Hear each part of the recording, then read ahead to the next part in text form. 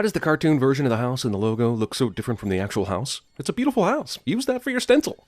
Why yes, this obviously well-off family with 1,600 kids has overdone it on the Christmas lights. Thanks for noticing. McAllister's put lights on the trees across the sidewalk, surely prompting lawsuits from the dozens of kids tripping on the wires.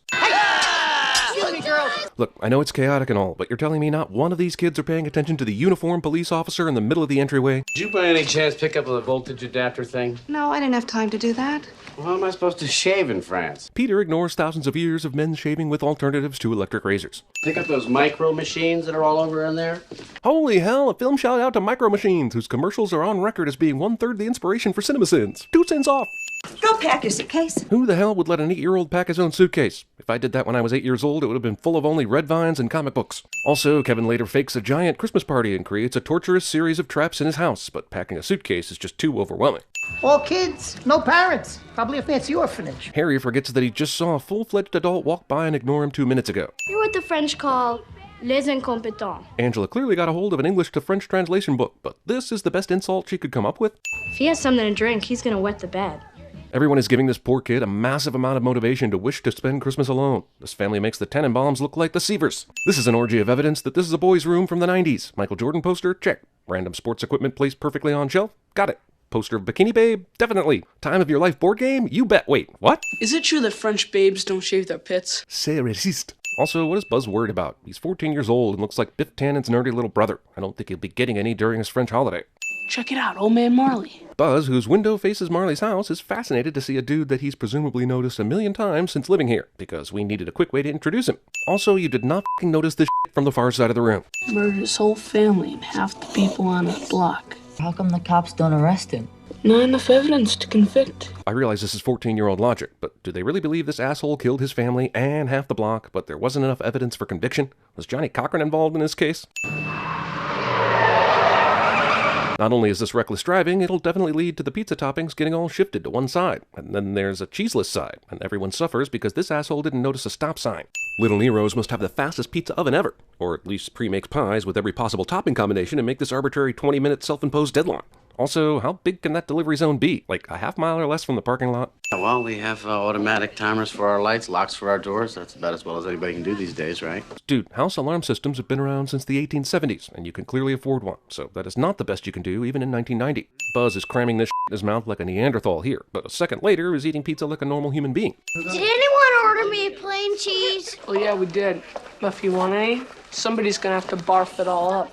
Because it's gone. Look, I had an older brother in real life, and he did plenty of older brother things to me, but even he thinks this movie's older brother is about 3 steps too far. I'm starting to think that Fuller is going to pee on Kevin intentionally, which may be early signs of Europhilia. Yeah, it's a dick move for Kevin to tackle Buzz, but why the hell would they leave the tickets and passports out on the counter right next to all the milk? These people deserve the heartache of a missing child. Even though Kevin's dad is concerned about the safety of the plane tickets, he immediately discards one of the tickets that just happens to be Kevin's. At this point, I'm starting to think they actively want to lose this kid. Now it's for dinner. Still pizza? Most, if not all, of the pizza was unharmed by the spilled milk that everyone freaked out over. Rather than take the opportunity to come back to the kitchen and case more of the house, Harry is apparently hanging out and shooting the shit with the pizza guy at the entrance. Nice tip. Thanks a lot. Thanks.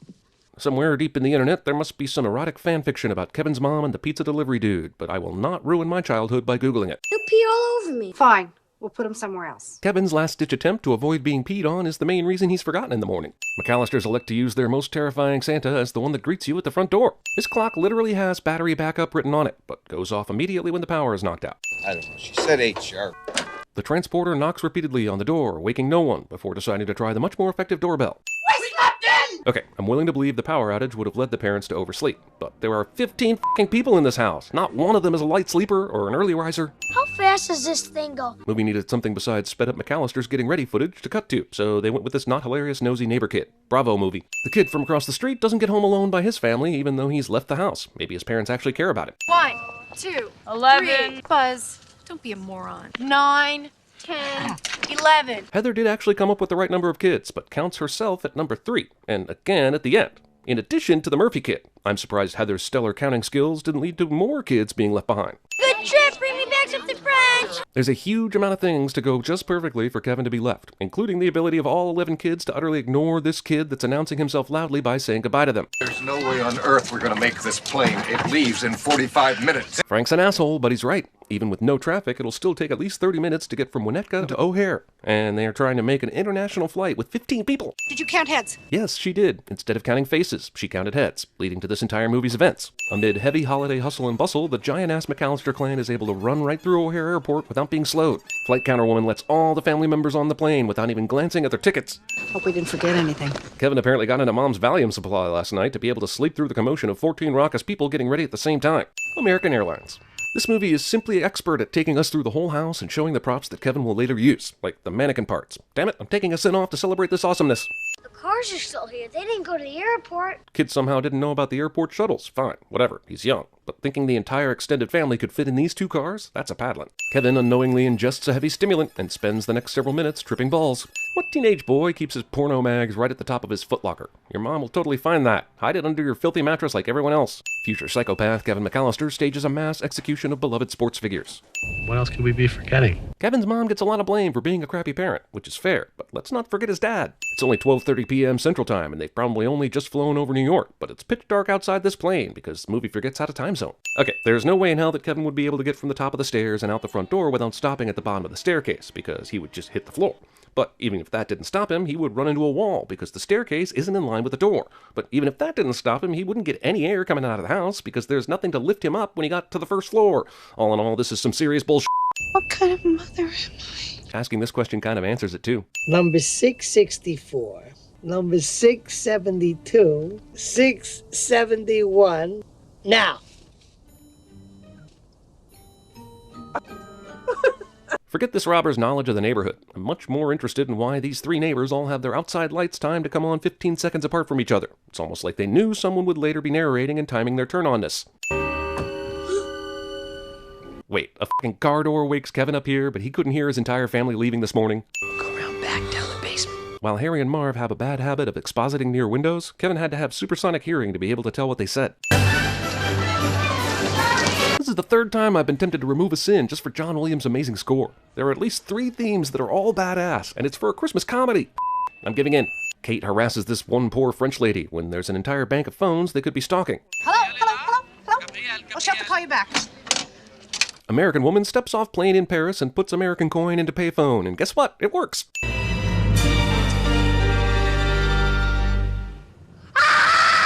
Kevin was just looking all around when he was announcing he wasn't afraid anymore, but somehow missed the old scary-looking man until it was comedically relevant. Also, if old man Marley was out and about, since he lives next door, shouldn't he have seen Harry and Marv just a few minutes ago? We eventually know Marley's a nice guy and all, but for now he'll just stand there in silence, terrifying a young boy. The memories of Kevin's horrific screams will make him chuckle himself to sleep that night. Kevin screams so loud he breaks the 4th wall. I couldn't get anybody. I'm sorry, Kate. Nothing but a bunch of answering machines. If the phone lines are down in their neighborhood, how is Leslie able to get to their answering machines? There's no one home. The house looks secure. This asshole says the house is secure, even though Kevin didn't lock the door as he was running away from Marley. Smells fishy. This cop must be on Sal Maroney's payroll or something. What clock was Chris Columbus using? It's 8:03 p.m. in Chicago when the cop comes over, which would be 3 a.m. Paris time, but it's broad-ass daylight out here. Emboldened woman gets out of the ticket this officer was writing and goes on a vicious crime spree for the next 7 days. We're the wet bandits. You're sick, you know that? You're really sick. Ransacking someone's entire house is okay, but clogging their drains and leaving their water running makes Harry sick. See, I knew he looked at me weird. Why would he run? Well, for one, you guys are acting like you're about to abduct him. Maybe we're in the church. I'm not going in there. Instead of actually going into the church, which is much safer and requires less subterfuge, Kevin somehow finds an unused cloak and uses that shit to hide, so we can see how clever he is. I love the attention to detail Kevin put into the mannequins, but is it really necessary to put actual cards and poker chips in front of them? Kevin had no idea when Harry and Marv would be back, right? So he's been puppeteering this Christmas party all night in anticipation of their arrival? I admire his stamina, but I don't know if he can keep this charade up all night long, given he'll have no idea if they drove by or not. We live in the most boring street in the United States of America. Says the kid who claims a serial killer lives next door. Pizza Kid runs off thinking he's getting shot at and never calls the cops about the crazy man with the Tommy gun that lives in the McAllister house. It's awesome that Kevin's adjusted to life on his own and all, but why would he have this much laundry after 2 days by himself? I mean, right now it looks like there's nobody home. Last night the place is jumping. Maybe everyone's hungover, Harry. And can you keep it down? Earlier, Kevin decided to open the pack of firecrackers he found in Buzz's room and put them in this kitchen drawer, because his ability to predict what these burglars will do is basically at a supernatural level. If the kid's there, the parents gotta be. He's home alone. Roll credits. Also, on what basis does Harry make this assumption? He saw a big party last night, and the lights came on when they tried to break in the night before. Just because he's seen this kid twice without parents, he knows he's by himself? We'll come back about 9 o'clock. Luckily, Harry will loudly proclaim his plan for all to hear, and Kevin will happen to open a goddamn window to listen to it. Jesus, this movie must have inspired the bullshit that Obi-Wan witnesses in Attack of the Clones. Forcible clarinetting. You can say hello when you see me. And you can stop being a scary bastard. How you feel about your family is a complicated thing. Rather than inquire as to why an 8-year-old is wandering around on Christmas Eve and attempting to help, Marley launches into his own bullshit sob story. Basements are like that. That's Basemist. I don't care how mad I was. I talked to my dad, especially around the holidays. Except for that time that I wished my entire family away. Other than that, totally open communication. Kevin cuts this extremely close, waiting until 8 p.m. before even starting his plan to horribly mutilate Marv and Harry. Also, this scheme heavily depends on 2 delinquent burglars being perfectly punctual. These automatic lights are just coming on now, at 8 p.m., well after dark, but earlier Harry called them out as coming on well before Kevin hid under the bed at 7:48. This is my house. I have to defend it. Sure, but you could also just call the goddamn cops as soon as the robbers show up, rather than design a Saw-like torture house. Not only did Kevin have time to develop this pain map in less than 1 hour, he found time to colorize it. Water is poured on the sidewalk, but Kevin is out here in just a sweater, so it's highly unlikely this would freeze in time for Harry and Marv to show up. I know I'm hammering this home, but seriously, this f***ing preparation would take days, not an hour. Jesus Christ, he's run a f***ing zip line from the house to the tree that we later see can hold 2 grown men. That had to have taken at least 32 minutes, and he's doing all this other bullshit. What? He's got time for mac and cheese? No, bullshit. No way all that shit was done with 3 minutes to spare. Idiot kid tries to eat mac and cheese with a knife and fork. Why do the McAllisters have a doggy door? There's no mention of a dog or cat throughout this entire movie. Is its sole purpose shooting bad guys in the crotch with BBs? Yes! At this point, the burglars should call the cops on this psychotic little bastard that openly rejoices after shooting people in the face. Also, premature celebration.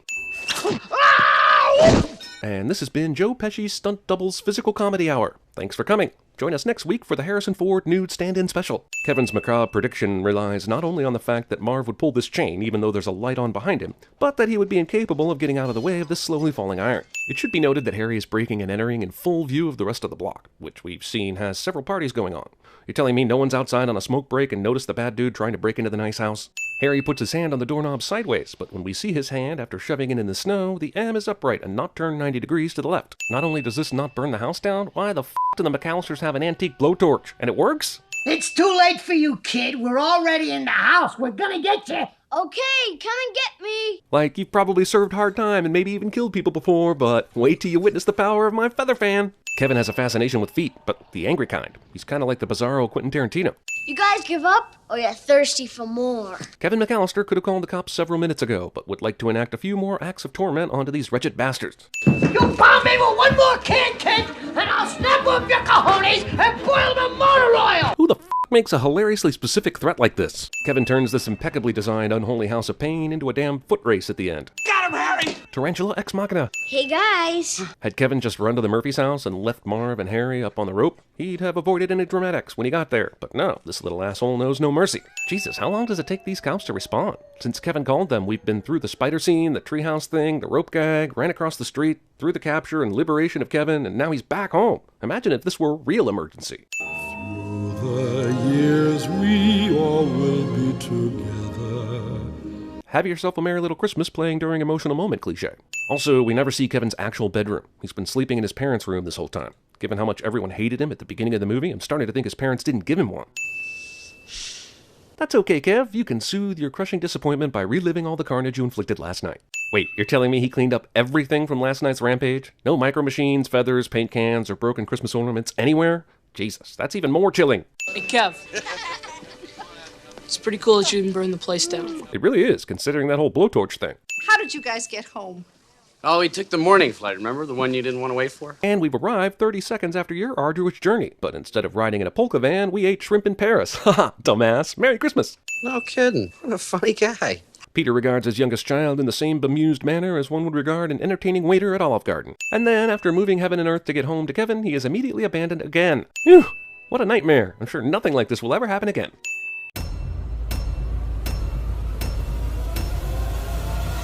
I'm sorry.